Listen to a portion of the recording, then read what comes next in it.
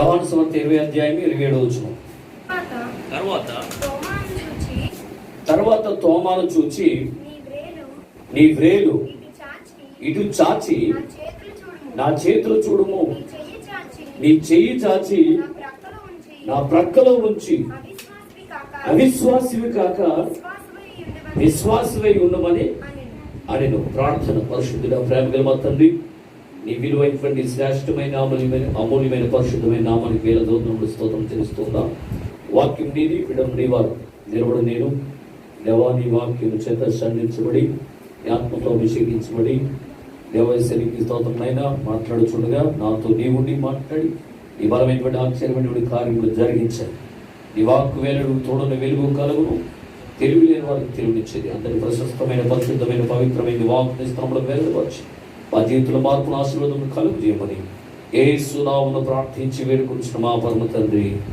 ఆమేన్, ఆమేన్, ఆమేన్. హల్లెలూయా. మంచిది.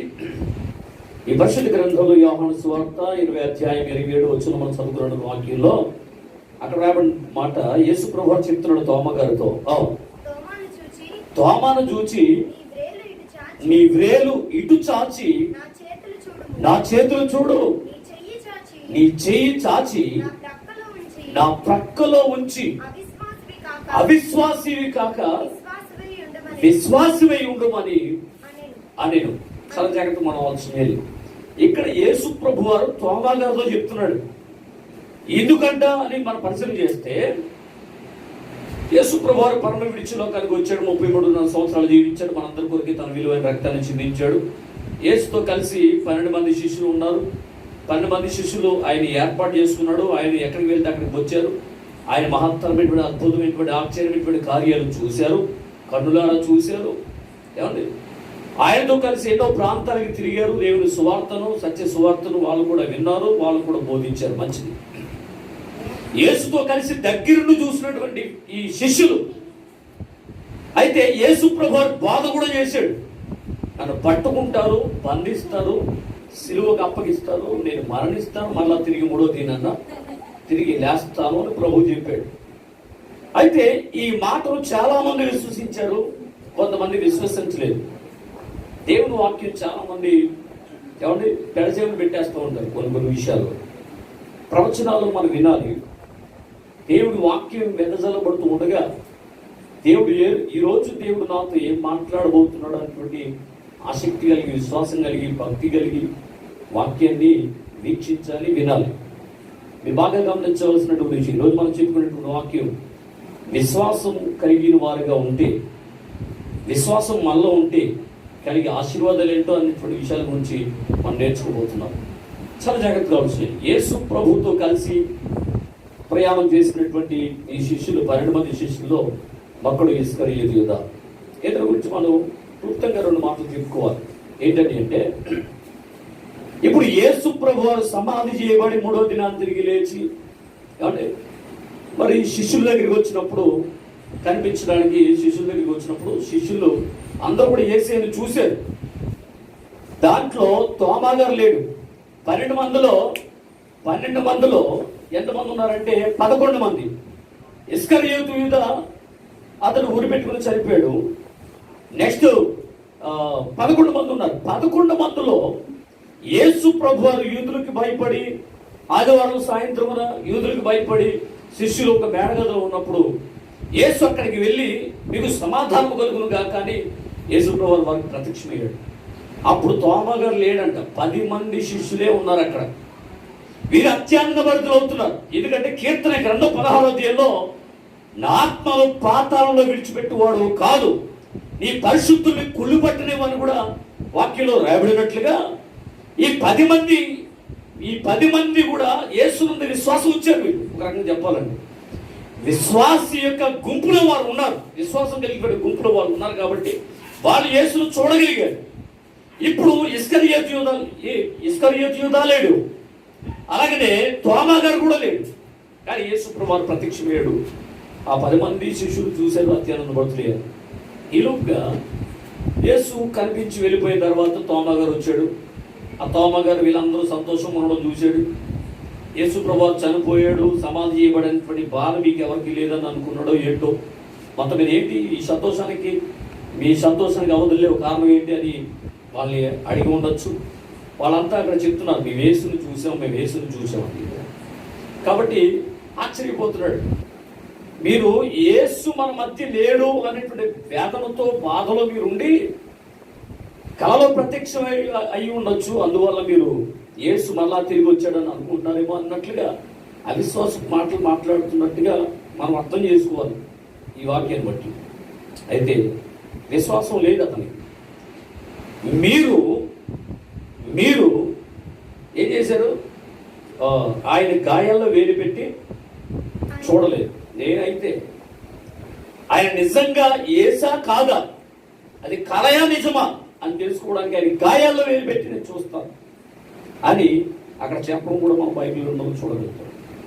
అయితే ఈ మాట చెప్పినందువల్ల యేసు ప్రభువారు గాయాల్లో వేలు పెట్టి చూస్తాడంటే యేసు తిరిగి లేచాడా లేదా అని. ఏమండి అంటే యేసు ప్రభువారు చెప్పినటువంటి బోధ కూడా మనోడు మనసులో పెట్టుకోలేదు. కాబట్టి మనం చాలా జాగ్రత్తగా ఆలోచించాలి. ఈ రోజున ఎన్నో వాక్యాలు, ప్రసంగాలు, ఏమంటే దేవుడు వాక్యంలో ఉన్నటువంటి వాగ్దానాలు ఎన్నో వింటూ ఉన్నాం మనం.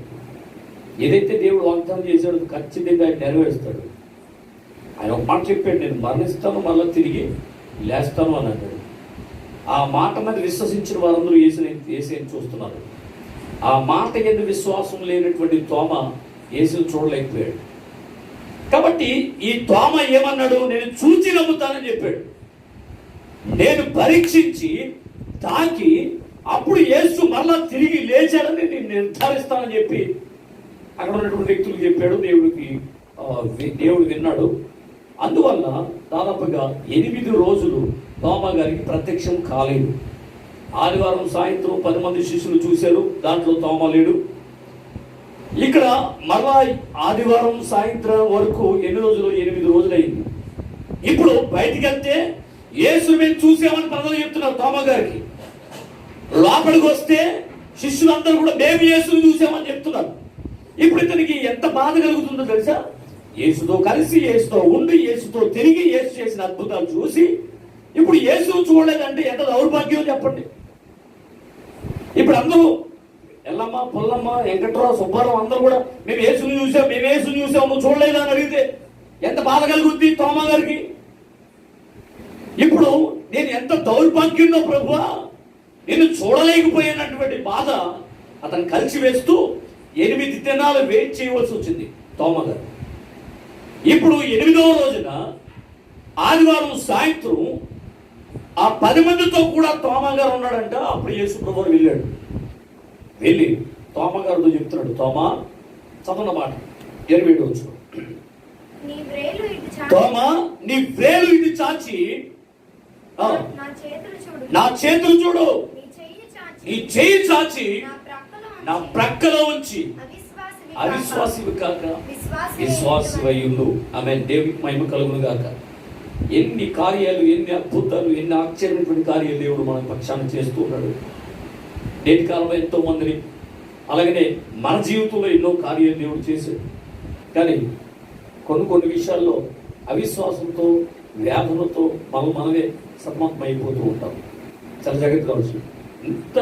ఇన్ని కార్యాలు రుచి చూసినటువంటి నీవే ఎందుకు మరి నిర్లక్ష్య స్వభావం నీలోకి వచ్చేస్తూ ఉంది? అవిశ్వాసం అనేది నీలోకి ఎందుకు వస్తుంది? యేసు చెప్పిన బోధలు వింటూ ఉన్నావు, ఆయన చేసిన కార్యాల్ని నువ్వు పరీక్షించి చూస్తున్నావు. ఈ పక్షాన్ని చేసినటువంటి ఎన్నో గొప్ప సూచక్రియలు, మహత్కార్యాలు నువ్వు అనుభవించావు. కానీ ఎందువల్ల అవిశ్వాసం నీలోకి వస్తుంది అనే దాని గురించి మనం చాలా జాగ్రత్తగా, పర్టికులర్గా మన జీవితాన్ని పరిశీలన చేసుకోవాలి. నేటి కాలంలో మనకు కావాల్సింది ప్రగాఢమైనటువంటి విశ్వాసం. విశ్వాసం వల్లనే మనకి జీవితంలో దేవుడు మేలు చేస్తాడు. చూచి నమ్మిన వారి కంటే చూడక నమ్మిన వారు ధన్యులు. కాబట్టి ఈరోజున విశ్వాసివిగా నువ్వు మార్చబడాలని ప్రభు పేట నేను కోరుతూ ఈ యొక్క వాక్యాన్ని మీకు తెలియజేస్తూ ఉన్నాను. చాలా జాగ్రత్త మనం పరిశీలన చేయాలి.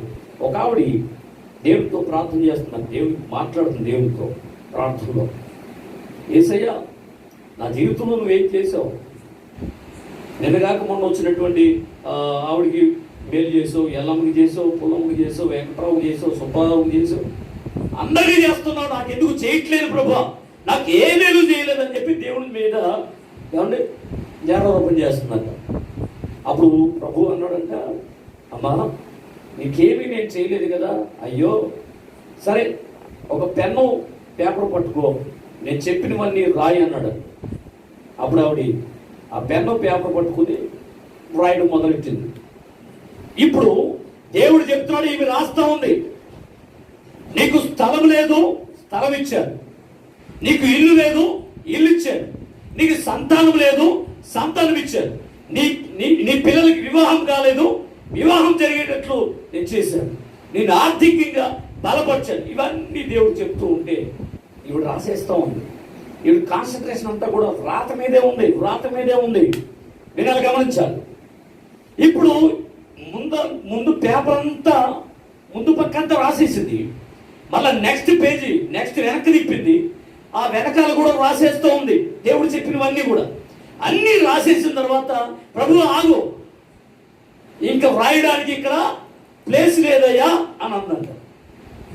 అప్పుడు దేవుడు అన్నాడంట, ఇప్పుడు చదువుకో, నేను ఏం చేయలేదో ఒక్కసారి చదువుకో అని దేవుడు చెప్పాడు. అప్పుడు చదువుకుంటుందంట. చదువుతూ చదువుతూ చదువుతూ అవి కళ్ళంపడా నీళ్లు అలా కారిపోతూ ఉంటాయి. ఆమె దేవుడికి స్తోత్రం, హల్లెలూయా. దేవుడు మన పక్షాన ఎన్నో అద్భుతమైనటువంటి ఆశ్చర్యమైన గొప్ప కార్యాలు, సూచనలు, మహత్కార్యాలు చేస్తూ ఉన్నాడు. ఆయన కార్యాలు కంటికి కనబడవు, చెవికి వినబడవు, హృదయానికి గోచరము కాదు. ఈ విషయాలు మనం బాగా గమనించాలి. నీకు తెలియకుండానే దేవుడు నీ జీవితంలో ఎన్నో ఎన్నో ఎన్నో ఎన్నో కార్యాలు చేస్తూ ఉండొచ్చు. ఒక్కసారి నువ్వు పరిశీలన చేసుకో. ఎందుకు నువ్వు అవిశ్వాసపు స్థితిలోకి వెళ్ళిపోతూ ఉన్నావు? చూచి నమ్మిన వారి కంటే చూడక నమ్మిన వారు ధన్యులు. విశ్వాసం నీలో ఉండాలి, ప్రగాఢమైనటువంటి నమ్మకం దేవుడి మీద నీకు ఉండాలి. విశ్వాసంలో చాలా రకాలు ఉన్నాయన్నటువంటి విషయాల గురించి మనం చెప్పుకున్నాం. కానీ యేసునందు విశ్వాసము నీవు కలిగిన వ్యక్తిగా నీవు ఉన్నట్లయితే గనుక దేవుడు నీ పక్షాన బలమైన ఆశ్చర్యమైనటువంటి కార్యాలు ఈరోజు నీ జీవితంలో చేస్తాడు. ఈ మాట సత్యం. యేసు ప్రభువు తోమతో చెప్తున్నాడు, తోమా అవిశ్వాసివి కాక విశ్వాసివై ఉండు. ఈ కాలంలో చాలా మంది క్రీస్తు నమ్మినటువంటి వారు ఎంతో మంది కోకొరలుగా ఉన్నారు ప్రపంచవ్యాప్తంగా. శ్రమ వచ్చేటప్పటికి దేవుడి మీద విశ్వాసం ఉండదు, కష్టం వచ్చేటప్పటికి దేవుడి మీద విశ్వాసం ఉండదు, సమస్యలు వచ్చేటప్పటికి, రోగం వచ్చేటప్పటికి దేవుడి మీద విశ్వాసం కోల్పోతూ ఉంటారు ప్రజలు. నువ్వు విశ్వాసివి అనేటువంటి దాని గురించి నువ్వు గమనించాలి. నీలో విశ్వాసం ఉన్న కనుగొందరా దేవుడు అడిగితే ఉందా విశ్వాసం? ఈరోజున అవిశ్వాసివి కాక విశ్వాసివిగా నీ ఉండాలని ప్రభు పెట్టి కోరుతూ ఉన్నారు. పరిశుద్ధ గ్రంథంలోంచి విశ్వాసివిగా నీ ఉంటే కలిగే ఆశీర్వాదాల గురించి కొన్ని మాటలు మనం ధ్యానం చేద్దాం. అపొస్తలుల కార్యం 16వ అధ్యాయము 31వ వచనాన్ని ధ్యానం చేద్దాం. పరిశుద్ధ గ్రంథంలోంచి అపొస్తలుల కార్యం 16వ అధ్యాయము 31వ వచనం త్వరగా. అందుకు వారు ప్రభువైన యేసునందు విశ్వాసం ఉంచుము, అప్పుడు నీవును నీ ఇంటి వారును రక్షణ పొందెదరు. దేవునికి మహిమ కలుగును గాక. నీవు ఎవరి మీద విశ్వాసం ఉంచావో గాని ఇప్పుడు ఈరోజు నేను మీకు తెలియజేస్తూ ఉన్నాను, నీవు నీ కుటుంబం కూడా విశ్వాసం ఉంచవలసింది ప్రభువైన యేసు మీద. దేవునికి మహిమ కలుగును. ఈ రోజున కుటుంబస్తులంతా కూడా చాలా సఫర్ అయిపోతూ ఉన్నారు. ఒకరి తర్వాత ఒకరు కోవిడ్-19 బారిన పడి చాలా వేదన పడుతున్నారు. ఆ ఇంటి వాళ్ళు పట్టించుకునే నాథుడే లేడు ఈ రోజున. ఒకవేళ ఏదైనా వ్యాధి వస్తే, కనీసం ఏదైనా శ్రమ వచ్చినా కనీసం వాళ్ళ ఇంటి వైపు కూడా చూడట్లేదు. తన బంధువులైన స్నేహితులైన కనీసం ఎవరో పట్టించుకోవట్లేదు. ఎటుకాలంలో చాలా మంది చూస్తూ ఉన్నాం. కానీ ఈరోజు నేను తెలియజేస్తూ ఉన్నాను, ప్రభువైన యేసునందు విశ్వాసం ఉంచితే నీవును నీ ఇంటి వారును రక్షింపబడుదురు. దేవునికి మహిమ కలుగుగాక. రక్షణ దేవుని దగ్గర ఉన్నది. ఖచ్చితంగా నువ్వు యేసునందు విశ్వాసం ప్రకారమైనటువంటి నమ్మకం కలిగిన వ్యక్తిగానే ఉన్నట్లేదు కనుక ఖచ్చితంగా వ్యాధి నుండి, సాతాను బంధకాల నుంచి, శ్రమల నుండి, కరువు నుండి ఖచ్చితంగా దేవుడు నిన్ను రక్షిస్తాడు. ఈ మాట సత్యం. ఏమైపోయింది నీ విశ్వాసం? ఇదే రైట్ టైం. ఇప్పుడే ప్రకారమైనటువంటి విశ్వాసం దేవుని మీద నువ్వు తెచ్చుకో. ఖచ్చితంగా దేవుడు నిన్ను, నీ కుటుంబాన్ని కూడా రక్షిస్తాడు. ఈ మాట సత్యం. మంచిది. దేవునికి మహిమ కలుగును గాక. 2వ అపొస్తలుల కార్యం 13వ అధ్యాయము. విశ్వాసం కలిగిన వారిగా ఉంటే దేవుడు చేసే కార్యాలు చూద్దాం. 13వ అధ్యాయం 39వ వచనం ఒకసారి చదువుదాం. అపోస్తలుల కార్యం 13వ అధ్యాయము 39వ వచనం. మీరు మోషే ధర్మశాస్త్రం వలన ఏ విషయంలో నీతిమంతులుగా తీర్చబడలేదు, లేకపోతురో ఆ విషయములన్నిటిలో విశ్వసించే ప్రతి వారును ఈయన వలనే నీతిమంతులుగా తీర్చబడదు. దేవునికి మహిమ కలుగును గాక. ఈయన వలనే, ఈయన విశ్వాసం ఉంచడం వలనే నీతిమంతులుగా తీర్చబడదు అనేటువంటి వాక్యాలు మనం చదువుతూ ఉన్నాం. చాలా జాగ్రత్తగా గుళ్ళు గోపురాల చుట్టూ, నదుల చుట్టూ తిరగవలసిన పని లేదు. యేసునందు విశ్వాసం ఉంచితే ఖచ్చితంగా నీతిమంతురాలుగా దేవుడు నేను చేస్తాడు. నీతిమంతులకు మరల వైపు ఆయన చెవియకుడునని పేతురు 2వ అధ్యాయంలో రాయబడింది 11వ వచనంలో. అయితే నీతిమంతుల మరల వైపు 12వ వచనంలో రాస్తుంది పేతురు రాసిన 3:12లో నీతిమంతుల మరల వైపు ఆయన చెవియకుడును అని వాక్యం చెప్తుంది. చాలా విపులంగా దేవుడు నీ ప్రార్థన వినాలి అంటే నువ్వు నీతిమంతులుగా ఉండాలి. నీతిమంతులుగా ఉండాలి అంటే ఇక్కడ వాక్యంలో చదువుకున్న మాట యేసునందు విశ్వాసం. ధర్మశాస్త్రం అందు నీకు నీతి కలగదు. ధర్మశాస్త్రం పాపాన్ని చూపిస్తుంది, కానీ క్రీస్తు పాపాన్ని చూపించాడు. పాపం నుండి ఎలా తప్పించబడాలో ఆయన క్రియ మూలంగా, ఆయన కాల్చిన రక్తం ద్వారా చేసి చూపించాడు. ఆయన చాలా జాగ్రత్తగా ఆలోచన. ధర్మశాస్త్రం అక్షరముగా కనబడుతుంది, కొత్త నిబంధన ఆత్మగా కనబడుతుంది. అక్షరము చంపులు కానీ ఆత్మ జీవింప చేయను. చాలా జాగ్రత్తగా మనం ఆలోచన చేయాలి. ఇప్పుడు యేసునందు విశ్వాసం ఉంచుతేనే, ఈయన యందు విశ్వాసం ఉంచుతేనే. ఈయన ఎవరు? యేసుక్రీస్తు ప్రభువారు. కాబట్టి మన కొరకే పరమేశ్వరుడు లోకానికి వచ్చాడు, గొప్ప త్యాగాన్ని చేశాడు. ఆయన దైవ కుమారుడు, ఆయన మానవుడు కాడు, ఆయన దైవ మానవుడు. ఆయన జన్మలో కర్మలో పాపం లేని వాడిగా తీర్పు పొందినటువంటి గొప్ప మహనీయుడు. ఆయన ఎందే విశ్వాసం ఉంచాలి. నీవు విశ్వాసం వలనే నువ్వు నీతిమంతురాలుగా మార్చబడతావు. ఎన్ని పాపాలు చేసావో దేవునికి వ్యతిరేకమైనటువంటి కార్యాలు చేస్తూ, నీ మాటలో, నీ చూపులో, నీ ప్రవర్తనలో, నీ ఆలోచనలో, నీ పరిపాలనలో దేవునికి వ్యతిరేకమైనటువంటి పనులు ఎన్నో చేసి ఉండొచ్చు. అయితే నీవు ఈ రోజున నీతిమంతురాలుగా మార్చబడాలి అంటే యేసునందు విశ్వాసం ఉంచవలసిందే. యేసునందు విశ్వాసం ఉంచవలసిందే. నా పాపాలను క్షమించేవాడు, నన్ను స్వస్థపరిచేవాడు, నన్ను విడిపించేవాడు అని ప్రగాఢంగా యేసునందు విశ్వాసం కలిగి ఉండాలి. నువ్వు మందుల మీద విశ్వాసం కాదు, డాక్టర్ల మీద విశ్వాసం కాదు, యేసునందు విశ్వాసం తెచ్చుకో. ఖచ్చితంగా దేవుడు నిన్ను నీతిమంతుడిగా మారుస్తాడు. అలాగనే అపోస్తలుల కార్యం 10వ అధ్యాయంలో 10వ అధ్యాయం 43వ వచనం మనం చదువుతుంది కనుక అక్కడ రాయబడినటువంటి మాట. అపోస్తలుల కార్యం 10వ అధ్యాయము 43వ వచనం. ఆయన యందు విశ్వాసం ఉంచు వాడెవడు? వాడు ఆయన నామమూలముగా పాప క్షమాపణ పొందునని ప్రవక్తలందరూ ఆయన గురించి సాక్ష్యము ఇచ్చేతరు. దేవునికి మహిమ కలుగును. ఇక్కడ 3వదిగా మన చదువుకున్న మాటలో పాప క్షమాపణ. అయితే పాపానికి క్షమాపణ కావాలి, మన పాపానికి క్షమాపణ కావాలి. అందుకే చాలా జాగ్రత్తగా మనం అవసరం. ఎంతకాలం పాపాన్ని మనం మోస్తాం? యేసుప్రభువు అంటాడు మత్తయి 11:28 ప్రయాసపడి భారం మోసుకొంచున్న సమస్త జిల్లా నాయకుడు రండి, నేను మీకు విశ్రాంతిని ఇస్తాను. పాపం క్షమించబడకపోతే కనుక నీ కుటుంబాన్ని పట్టి పీడిస్తూనే ఉంటే శ్రమలు, నీలో ఉన్న పాపం క్షమించబడకపోతే నీలో ఉన్నటువంటి వ్యాధి అలాగనే నీ మీద ఏలుబడి చేస్తూ ఉంటుంది. పాపం క్షమించబడకపోతే సాతాను నేను ఏలుబడి చేస్తూ ఉంటుంది అన్నటువంటి విషయాన్ని మర్చిపోవద్దు. ఈరోజు నీలో ఉన్న పాపం క్షమించబడాలి అంటే యేసునందు విశ్వాసము ఉంచాలి. దేవునికి మహిమ కలుగును. అందుకని దేవుని వాక్య గ్రంథంలో దినవృత్తాంతాలు 7:14 నా పేరు పెట్టబడిన నా జనులు తమను తాము తగ్గించుకుని తమ చెడు మార్గం నుంచి నాకు ప్రార్థన చేసినట్లా ఆకాశం ముందు నేను వారి ప్రార్థన విని వారి పాపమును క్షమించి వారి దేశమును స్వస్థపరిచేదును. దేవునికి మహిమ కలుగును. పాపం క్షమించబడితేనే కానీ మనకి స్వస్థత రాదు. పాపం క్షమించబడితేనే కానీ మనకి విడుదల రాదు. పాపం క్షమించబడితేనే కానీ గొప్ప రక్షణ, గొప్ప ఆశీర్వాదం మనకు కలగదనే విషయాన్ని మనం మర్చిపోవాలి.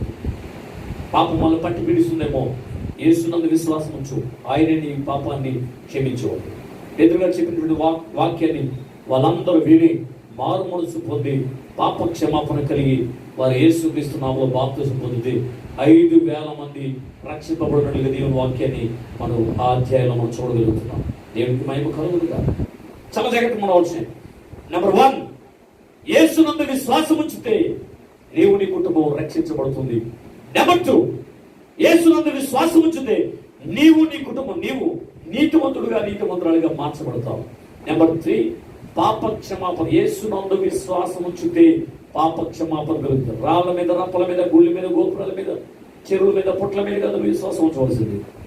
యేసునందు చాలా జాగ్రత్తగా ఆలోచన చేయాలి. వాక్యం వింటున్న ప్రతి వ్యక్తి కూడా మీరు పరిశీలన చేయాలి. యేసునందు విశ్వాసం ఉంచాలి. అందుకని దేవుని వాక్యం అపోస్తలుల 4:12 మరి ఎవరి వలన రక్షణ లేదు, ఈ నామం వల్లే రక్షణ. ఆయన ఆకాశం మంది కానీ కింద భూమి ఉంది కానీ భూమి కింద ఉంది కానీ ఏ రూపమున నీవు బ్రక్కకూడదు, సాష్టంగపడకూడదు వాక్యం చెప్తాడు. దేని వల్ల రక్షణ లేదు, యేసునందే రక్షణ. అందుకని యేసునందు విశ్వాసం తెచ్చుకోండి. యేసునందు ప్రగాఢమైనటువంటి నమ్మకాన్ని తెచ్చుకోండి. ఈ రోజున విశ్వాసం నీలో ఉందా? విశ్వాసం సన్నగిల్లిపోయే కాలంలో మనం ఉన్నాం. అనేకుల్లో ధైర్యం చేరి కూలే రోజులు అని దేవుని వాక్యం చాలా విపులంగా లోకాసువార్త 20:20 రాయబడింది. భూమి మీద భయపాతాలు జరుగుతాయి. ఆకాశ మండల శక్తులు కదిలించబడతాయి. సముద్ర జనములు ఘోష వల్ల కలవరపడులు జనులకు శ్రమయు అని రాస్తుంది. అలాంటి టైంలో విశ్వాసులైనటువంటి వారు ఏమండి భక్తి గలవారు చాలా మంది ధైర్యం చేసి కూలిపోతారని కూడా వాక్యం చెప్తుంది. అందుకనే మీరు ధైర్యం కలిగి దేవుని యందు ప్రగాఢంగా విశ్వాసం కలిగి జీవించండి. ధైర్యం చెడిపోయే కాలంలో ఉన్నాం. విశ్వాసం సన్నగిల్లిపోయే కాలంలో ఉన్నాం. ఎందుకు నీ విశ్వాసం సన్నగిల్లిపోవాలి?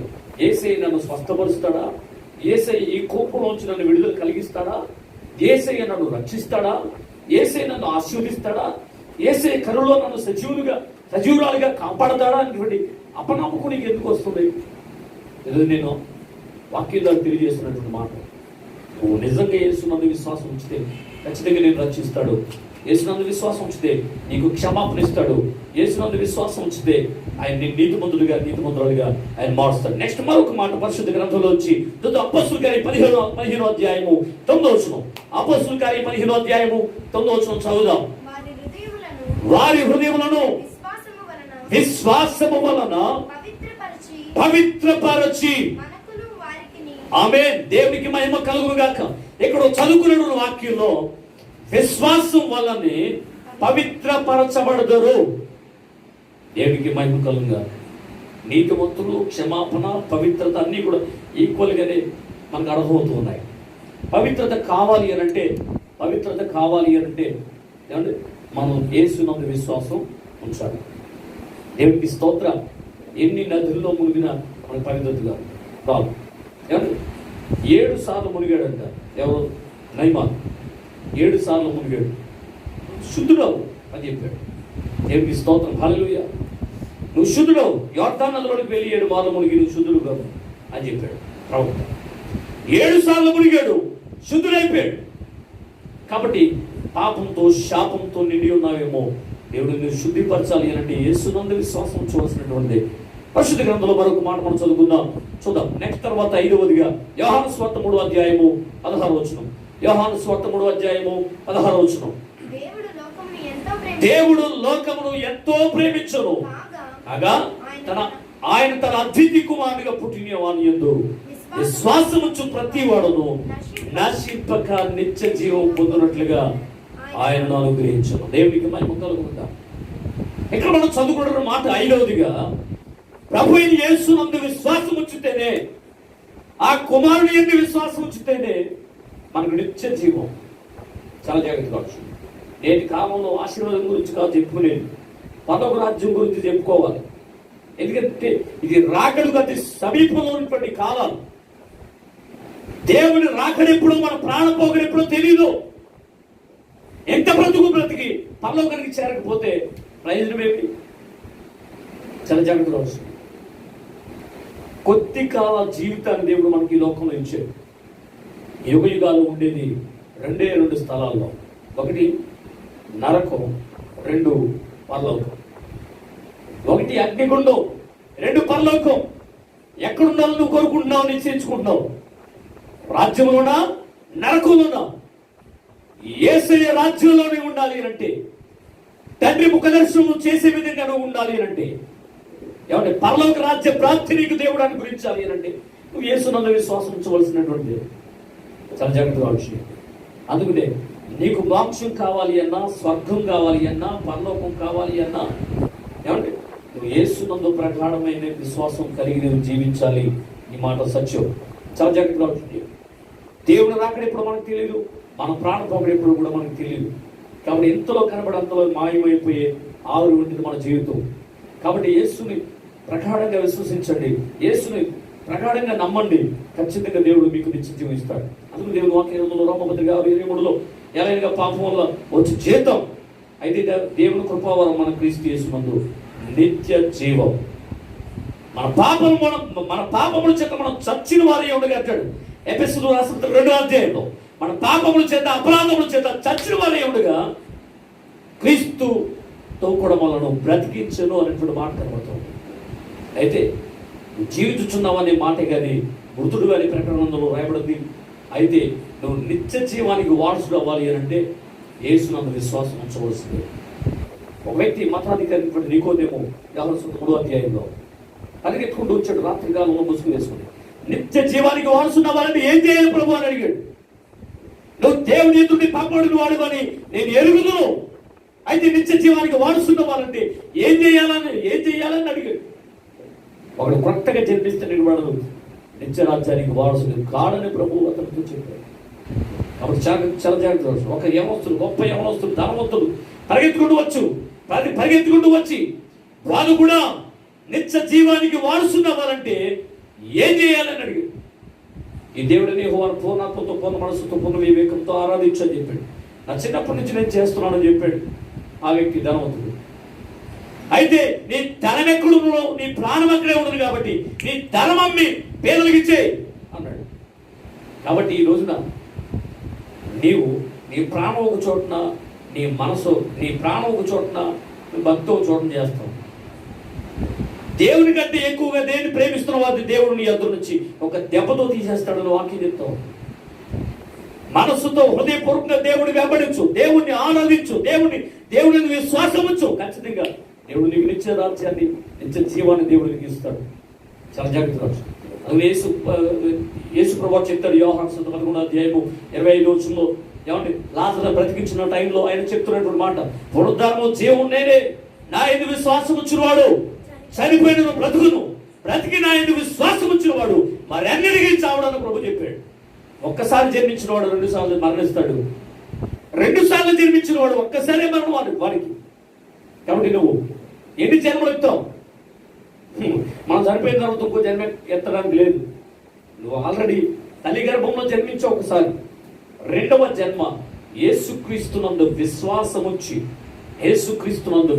ఉంచి, ఏమని? నా కొరకై పరమను విడిచి ఈ లోకానికి వచ్చి నా కొరకు రక్తాన్ని చిందించాడు. ఆ రక్తంలో నా పాపానికి క్షమాపణ ఉంది, నాకు నిత్య జీవాన్ని ఇవ్వడానికి యేసయ్య వచ్చాడు. ఖచ్చితంగా నేను ఆయన రక్తంలో కడగబడితే నేను నిత్య జీవానికి, నిత్య రాజ్యానికి వారసునని విశ్వసించి మారుమనసు పొంది బాప్తిజం పొందితే ఖచ్చితంగా దేవుడు నిన్ను పరలోక రాజ్యపు వారసుడిగా దేవుడు ఆయన నిన్ను చేస్తాడు. ఈ మాట సత్యం. చాలా జాగ్రత్త వారసుడు.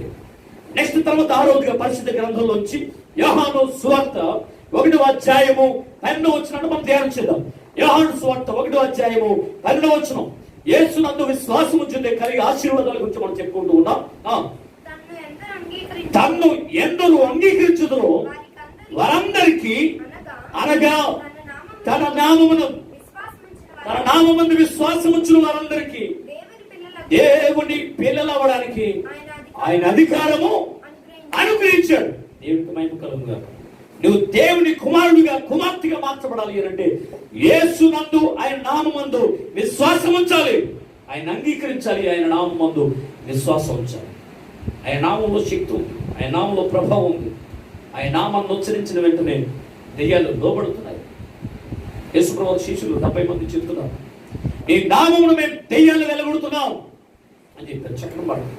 అవును, పేతురు గారు, అపోస్తులు కూడా ఏం చేశారు? ఆయన నామంలో అద్భుతాలు, ఆశ్చర్యకార్యాలు, సూచనలు, మహత్కార్యాలు చేయగలిగారు. వెండి బంగారంలో మా యొద్ద లేవు కానీ మాకు కలిగిన నేను ఎగిచుచున్నాను, నజరుడైన యేసు నామములో లేచినాడు అన్నప్పుడు కుంటి భిక్షకుడు లేచి గంతులు వేస్తూ నడుచుకుంటాడు. ఆయన నామాన్ని బట్టి బలమైన, ఘనమైన, ఆశ్చర్యమైన గొప్ప కార్యాలు, సూచనలు, మహత్కార్యాలు ఆ కాలంలో చేశారు అపోస్తులు. ఈ కాలంలో కూడా దేవుడు భక్తుల ద్వారా దేవుడు కార్యాలు జరిగిస్తూ ఉన్నాడు. యేసుప్రభు యోహాను 14:14 అంటాడు, నా నామములో మీరు నన్ను ఏమడిగినా చేస్తాను అని. ఈ నామం వల్లే లోకరక్షణ అని అపొస్తలులు 4:12 రాయడు. కాబట్టి ఎవరి నామాన్నా కూడా రక్షణ లేదు. యేసు నామ స్మరణ చేయండి. ఏ నామ స్మరణ చేస్తున్నారు? ఏ నామ కోటి రాస్తున్నారు మీరు? యేసు నామమందు విశ్వాసం ఉంచండి. యేసు నామాన్ని నుచ్చరించండి. యేసు నామాన్ని కలిగి జీవించండి. యేసుని నామం నుచ్చరింపగనే సాతానుని సైన్యము వణుకుచున్నది. యేసుని నామం నుచ్చరింపగనే సాతానుని సైన్యము వణుకుచున్నది. వ్యాధుల బలము నిర్మూలమైనది. వ్యాధుల బలము నిర్మూలమైనది. జయం పొందెడి నామం నమ్మినప్పుడే. జయం పొందెడి నామం నమ్మినప్పుడే. రక్తమే రక్తమే రక్తమే యేసు రక్తమే. రక్తమే జయం. యేసు రక్తమే జయం. రక్తమే జయం. యేసు రక్తమే జయం. ఎగురుచున్నది విజయ పతాకం. యేసు రక్తమే మా జీవిత విజయం. రోగ దుఃఖ వ్యసనములను తీర్చివేయును. రోగ దుఃఖ వ్యసనములను తీర్చివేయును. సుఖ జీవనం చేయుటకు శక్తినిచ్చును. సుఖ జీవనం చేయుటకు శక్తినిచ్చును. రక్తమే రక్తమే రక్తమే యేసు రక్తమే. రక్తమే జయం. యేసు రక్తమే జయం. రక్తమే జయం. యేసు రక్తమే జయం. హల్లెలూయా. చాలా జాగ్రత్తగా మనం ఆలోచించండి. యేసు నామము ఉచ్చరించిన వెంటనే ఏమవుతున్నాయి? సాతాను లైవ్ అయిపోతుంది. వ్యాధులు తొలగిపోతున్నాయి. అయితే యేసు నామమందు విశ్వాసం ఉంచితే దేవుని పిల్లలవడానికి దేవుడు మీకు అధికారం ఇచ్చాడు. కాబట్టి ఎవరు బయట ఉన్నవాడు అమ్మానం పెట్టాడు, ఇంట్లో ఉన్నవాడు అమ్మానం పెట్టాడు. ఎవరికి ప్రార్థన తీస్తారు మీరు? ఇంట్లో వాడికి చాలాసార్లు చెప్పుకున్నాం దేవుని గురించి. అయితే మనం దేవుని పిల్లలమైతేనే సాతాను మనకు లోబడుతుంది. మన దేవుని పిల్లలమైతేనే మనకి అధికారం, మనకు వారసత్వం. కాబట్టి చాలా జాగ్రత్తగా వచ్చింది. మీరు దేవుని పిల్లలుగా ఉన్నారా? ఇంకా లోకపు సాతాను పిల్లలు సర్ప సంతానంగా జీవిస్తున్నారో ఒకసారి పరిశీలన చేసుకోండి. నీవు దేవుని కుమారుడిగా కుమార్తెగా మార్చబడాలి అంటే యేసు నామమందు విశ్వాసము ఉంచాలి. ఈ మాట సత్యం. నెక్స్ట్ లాస్ట్ ఒక మాట చెప్పుకుని మనం ముగి చేసుకుందాం. యోహాను పత్రిక 5వ అధ్యాయము 4వ వచనం చదువుదాం. యోహాను మొదటి పత్రిక 5వ అధ్యాయము 4వ వచనం. దేవుని మూలముగా పుట్టిన వారందరూ లోకమును జయిస్తారు. లోకమును జయించేది మన విశ్వాసమే. దేవునికి మహిమ కలుగుగా. లోకాన్ని జయించేది ఏంటి? మన విశ్వాసం. అయితే ఇప్పుడు ఈ రోజున లోకాన్ని జయించాలి. లోకాన్ని జయించాలి అని అంటే మనలో విశ్వాసం ఉండాలి. లోకంలో ఉన్నదేంటి? పరిశుద్ధ గ్రంథం అదే యోహాను పత్రిక 2వ అధ్యాయం 16వ వచనం చదువుతూ కనుక లోకములో అంతయు శరీరాశ, నేత్రాశ, జీవుడము ఇవి తండ్రి వల్ల పుట్టినవి కాదు, సాతాను ద్వారా వచ్చినటువంటివి. చూసి ఆశించి దాన్ని కోసి తెచ్చి పతనమైపోయారు ఆదమవ్వ. కాబట్టి కన్ను చెడితే దేహం అంతా శీఘ్రమైన దేవుని వాక్యం చెప్తాం. కాబట్టి లోకంలో ఉన్నది శరీరాశ, నేత్రాశ, జీవుడము. ఏమి తిందామా, ఏం త్రాగుదామా, ఏం ధరించుకుందామా, ఇదే ఆలోచన కలిగినట్టుగా లోకస్తులు జీవిస్తున్నారు. అయితే లోకాన్ని జయించే లోకంలో ఉన్నవాడు సాతాను. అందుకని అంటాడు లోకంలో ఉన్నవాడి కంటే మనలో ఉన్నవాడు గొప్పవాడు. లోకంలో ఉన్నవాడు సాతాను. వాడిని జయించాలి. వాడు సులువుగా చిక్కులు పెట్టే పాపాన్ని మన మీద ఏం చేస్తున్నాడు? పాపాన్ని పంపిస్తున్నాడు. సులువుగా చిక్కులు పెట్టే పాపాన్ని మన మీదకి పంపిస్తూ ఉంటాడు. ఏమన్నా మన కుటుంబస్తులు ప్రోత్సహించి, మన గ్రామస్తులు ప్రోత్సహించి, మన బంధువులు ప్రోత్సహించి మనం తప్పు త్రోవలో నడిపించే విధంగా సాతానుడు ప్రేరేపణ చేస్తూ ఉంటాడు. త్రాగమని, తిరగమని, వ్యభిచారం చేయమని, దొంగతనాలు చేయమని, లోక పాప నుంచి కార్యాలను చేయడానికి వాడు ప్రోత్సహిస్తూ ఉంటాడు. లోకంలోని వాడు సాతాను. వాడు భూమి మీద ఏలుబడి చేస్తూ ఉన్నాడు. కాబట్టి నువ్వు వాడిని జయించాలి అనంటే, లోకాన్ని, పాపాన్ని, శాపాన్ని, సాతాన్ని జయించాలి అనంటే నువ్వు విశ్వసించాలి యేసునందు. చాలా జాగ్రత్తగా ఆలోచన. మరొక మాట మార్కు సువార్త 5వ అధ్యాయం 34 వచనం. మార్కు సువార్త 5వ అధ్యాయం 34 వచనం. చదవదు సార్. మార్కు సువార్త 5వ అధ్యాయము 34వ వచనం. అందుకు ఆయన చెప్తున్నాడు, కుమారి నీ విశ్వాసము నిన్ను స్వస్థపరిచెను. దేవునికి మహిమ కలుగును గాక. లాస్ట్ గా మన చదువుకున్న మాటలో కుమారి నీ విశ్వాసమే నిన్ను స్వస్థపరిచింది. ఈరోజు నా వ్యాధి నుండి స్వస్థత పొందాలి అంటే ఏం చేయాలి? ఏ టాబ్లెట్ వాడితే బాగవుతాం, ఏ టానిక్లు వాడితే బాగవుతాం, ఏ హాస్పిటల్కి వెళ్తే రికవర్ అవుతాం, ఏమండి ఏ ఊరెళ్తే ఏ డాక్టర్ వల్ల నేను రికవర్ అవుతాను అనేటువంటి భయోందోళనకు గురైపోతున్నాయి ఈ రోజున. అలా విజయవాడ తీసుకెళ్ళండి, లేకపోతే రాజమండ్రి తీసుకువెళ్ళండి, లేకపోతే హైదరాబాద్ తీసుకువెళ్ళండి, లేకపోతే ఏలూరు. కాబట్టి రకరకాల హాస్పిటల్ తిరుగుతున్నారు ఈ రోజున. దేవుని మీద ఇలాంటి టైంలో విశ్వాసం ఉంటుందా? చాలా జాగ్రత్త మనం అవసరం. యేసునందు విశ్వాసం కలిగి పరిగెత్తుకు వచ్చింది ఎవరు? రక్తస్రావణం కలిగిన స్త్రీ. చాలా జాగ్రత్త మనం అవసరం. జనసమూహంతో యేసు ప్రభువు వెళ్తున్నాడు. ఈమె ఎంతో మంది వైద్యులు సంప్రదించింది. వారి వల్ల కాలేనటువంటి వ్యాధి ఎన్నో ఎన్నో ఎన్నో సంవత్సరాలుగా ఆమెను వేధిస్తూ ఉంది. ఎన్నో దినాలుగా ఆమె వేదన పడుతుంది. రక్తస్రావంతో, ఎవరికి చెప్పుకోలేనటువంటి వేదనతో ఆమె వ్యాధి బాధపడి ఎవరిని కన్నీళ్ళు వచ్చి వేదనతో ఉన్నటువంటి సమయంలో యేసు ఆ మార్గం గుండా వెళుతున్నాడని తెలుసుకుంది. పరిగెత్తుకుంటూ వచ్చింది. ఆ జనసమూహంలో పడి పరిగెత్తుకుంటూ వెళ్తుంది. యేసు వస్త్రపు చెంగు పట్టుకుంటే చాలు నేను స్వస్థత పొందుతాననేటువంటి ప్రగాఢమైన విశ్వాసం ఆమెకు ఉంది. చాలా జాగ్రత్తగా అవసరం. ఆయన నెత్తి మీద చేతులు ఉంచి ప్రార్థన చేయాలి, లేకపోతే ఎక్కడికో వెళ్ళాలి అని ఆమె పెట్టుకోలేదు. ఆమె వస్త్రపు చెంగు పట్టుకుంటే చాలు నేను స్వస్థత పొందుతాను. చాలా జాగ్రత్తగా అవసరం. నీకు రావాల్సింది విశ్వాసం. నువ్వు ఎక్కడ ఉన్నా, నువ్వు హాస్పిటల్లో ఐసోలేషన్లో ఉన్నా, ఇంట్లో క్వారంటైన్లో ఉన్నా, నువ్వు ఎక్కడున్నా, నువ్వు ఏ వ్యాధితో బాధపడుతున్నా, ఉన్న చోటనే యేసునందు విశ్వాసం వచ్చే ప్రకారమైనటువంటి నమ్మకం కలిగి ప్రార్థన చేయి. దైవజనుల్ని విశ్వాసులు ప్రార్థించమని అడుగు. ఖచ్చితంగా వారందరి ప్రార్థన విని, నీ ప్రార్థన విని దేవుడు బలమైన ఆశ్చర్యమైనటువంటి కార్యాన్ని నీ జీవితంలో చేస్తాడు. అంతటి విశ్వాసం నీలోకి రావాలి. దేవుని వాక్య గ్రంథంలో రాయబడినటువంటి మాట, విశ్వాసం అన్నది నిరీక్షమగుడు వాటి యొక్క నిజస్వరూపం, అదృశ్యమైనవి ఉన్నవి అనడానికి రుజువేమని దేవుని వాక్య గ్రంథంలో ఉంది. అలాగనే ఎవరిని మనం అడిగినవన్నీ పొందుకున్నాము అనేటువంటి నమ్మకం మనలో ఉంటేనే అది విశ్వాసం అని వాక్యం చెప్తుంది.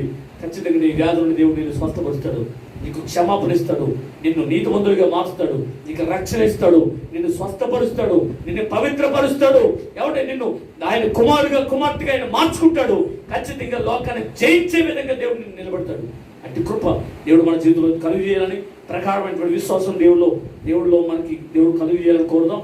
అందుకు దేవుని వాక్య గ్రంథంలో విశ్వాసం పరిపూర్ణం చేసుకోవాలి అంటే పరిశుద్ధ గ్రంథంలో రాయబడినటువంటి మాట రోమపత్రిక 10వ అధ్యాయం 17వ వచనం చదువుతుంది. కాక వినుట వల్ల విశ్వాసం కలుగును. దేని గురించి వినాలి? ఎవరి మాటలు వినాలి? ఎవరి లోకపు మాటలు కాదు. వాళ్ళు చనిపోయారంటే వీరు చనిపోయారంటే వాళ్ళకి అలా వాళ్ళ కుటుంబం ఇలా అయిపోయిందంటే వీరి కుటుంబం ఇది కాదు. మనం వేరవలసిన ఈ కాలంలో యేసునందు విశ్వాసం ఉంచాలి, యేసునందు విశ్వాసం రావాలి అంటే క్రీస్తును గురించిన మాటలు వినండి, ప్రగాఢమైనటువంటి విశ్వాసం తెచ్చుకోండి. యేసునామందు విశ్వాసం కలిగి ప్రార్థన చేయండి. ఖచ్చితంగా మీ మరణాలకు ఇస్తాడు, మిమ్మల్ని రక్షిస్తాడు, స్వస్థపరుస్తాడు, మిమ్మల్ని పవిత్రులుగా చేస్తాడు, నీతిమంతులుగా మారుస్తాడు, ఆయన పిల్లలుగా చేస్తాడు, ఎవరిని జయించేవారుగా చేస్తాడు, నిత్య రాజ్యానికి వారసులుగా చేస్తాడు. అంటే కృప ధన్యత దేవుడు మనందరికీ అనుగ్రహించి నడిపించుదాం గాక. ఆమె ప్రార్థన చేద్దాం. అందరూ కూడా కళ్ళు మూసుకుందాం, విశ్వాసం కలిగి ప్రార్థన ఏకీవించుదాం.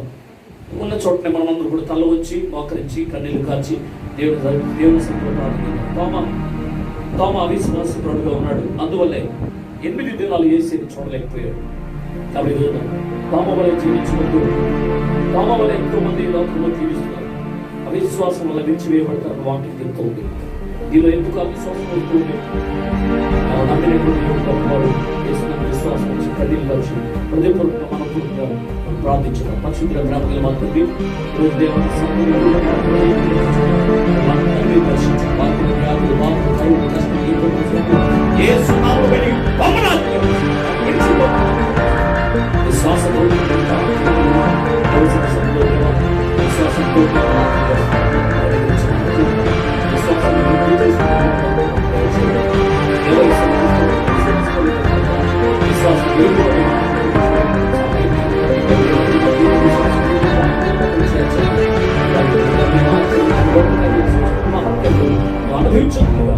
గొప్ప విశ్వాసం